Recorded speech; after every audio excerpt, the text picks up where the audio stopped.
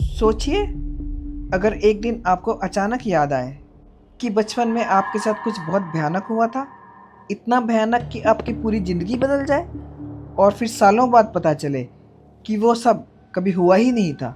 क्या इंसान का दिमाग इतना बड़ा धोखा दे सकता है? ये कहानी है एक ऐसी लड़की की जिसने अपने ही पिता से नफ़रत करना शुरू कर दिया क्योंकि उसके दिमाग ने उससे एक झूठ पर यकीन दिला दिया था। साल 1992, अमेरिका का एक शांत शहर। 28 साल की एलिसा अपनी खिड़की के पास बैठी थी। बाहर बारिश हो रही थी, लेकिन उसके अंदर एक तूफान चल रहा था। कई महीनों से उसे नींद नहीं आती थी। हर रात उसे ऐसा लगता था जैसे कोई अंधेरा उसके बहुत करीब आ रहा है। कभी अचानक उसकी सांस तेज हो जाती, कभी दिल इतनी जोर से धड़कता कि उसे लगता कि अभी कुछ बुरा होने वाला है। वह खुद से बार बार पूछती, मेरे अंदर ये डर क्यों है? लेकिन उसके पास कोई जवाब नहीं था। एक दिन ऑफिस में सबके सामने उसे पैनिक अटैक आ गया। उसके हाथ कांपने लगे, आंखों के सामने धुंध छाने लगी और फिर रोते रोते जमीन पर बैठ गई। उस रात पहली बार उसे महसूस हुआ कि शायद उसके अंदर कुछ टूट चुका है। उसे लगा कि अब उसे सहायता की जरूरत है। कुछ दिनों बाद एलिसा एक मनोवैज्ञानिक के क्लिनिक पहुंची। कमरे में हल्की पीली रोशनी थी, लेकिन उसके चेहरे पर सिर्फ डर था। डॉक्टर ने धीरे से पूछा, तुम्हें सबसे ज्यादा डर किस बात से लगता है? एलिसा कुछ सेकंड चुप रही, फिर उसकी आंखें भर गईं। मुझे नहीं पता, लेकिन मुझे हमेशा ऐसा लगता है जैसे मेरे साथ कुछ बहुत गलत हुआ था। डॉक्टर ध्यान से उसे देखता रहा, फिर बोला, कई बार बचपन के दर्दनाक हादसे दिमाग कहीं छुपा देता है। ये शब्द धीरे धीरे एलिसा के दिल में उतर गए। अब हर थेरेपी सेशन में डॉक्टर उससे वही सवाल पूछता, क्या तुम्हें बचपन में डर लगता था? क्या किसी ने तुम्हें हर्ट किया था? शुरुआत में एलिसा हर बार नहीं कहती, लेकिन जब एक झूठ बार बार सुनाई दे तो दिमाग उसे सच मानने लगता है। एक रात एलिसा अपना पुराना फोटो एल्बम देख रही थी। एक तस्वीर में वे अपने पिता के साथ मुस्कुरा रही थी, लेकिन अचानक उसकी आंखों में डर उतर आया। उसने तस्वीर को घूरते हुए सोचा, क्या मैं सच में खुश थी? उस रात वह बहुत देर तक रोती रही। एक दिन डॉक्टर ने उससे कहा, आंखें बंद करो, अपने बचपन में वापस जाओ। कमरे में सन्नाटा था, सिर्फ डॉक्टर की आवाज़ गूंज रही थी, तुम अपने पुराने घर में हो। एलिसा की सांसें तेज होने लगी।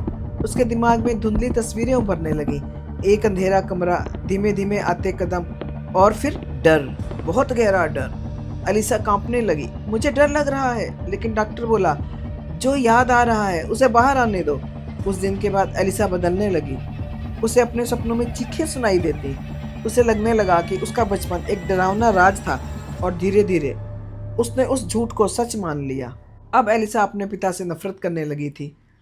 उसने उनके फ़ोन कॉल उठाने बंद कर दिए, घर जाना बंद कर दिया और एक दिन उसने अपनी माँ से रोते हुए कहा, मुझे लगता है पापा ने मेरे साथ गलत किया था। ये सुनते ही उसकी माँ के हाथ से कप गिर गया। तुम ये क्या कह रही हो?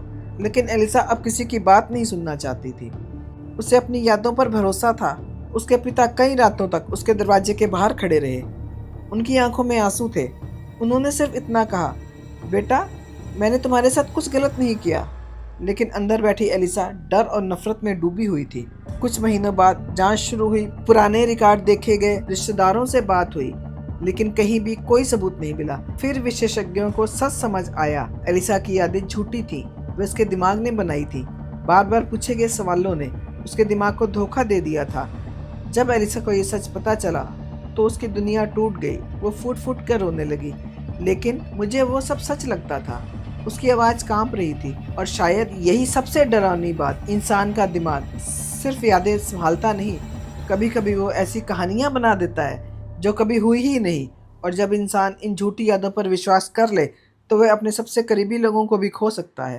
शायद इस दुनिया का सबसे खतरनाक हथियार इंसान का अपना दिमाग है। दोस्तों, आपको ये कहानी कैसी लगी? क्या आपके साथ भी कोई ऐसी घटना हुई है या आप किसी को जानते हैं जिसके साथ ऐसी घटना हुई हो?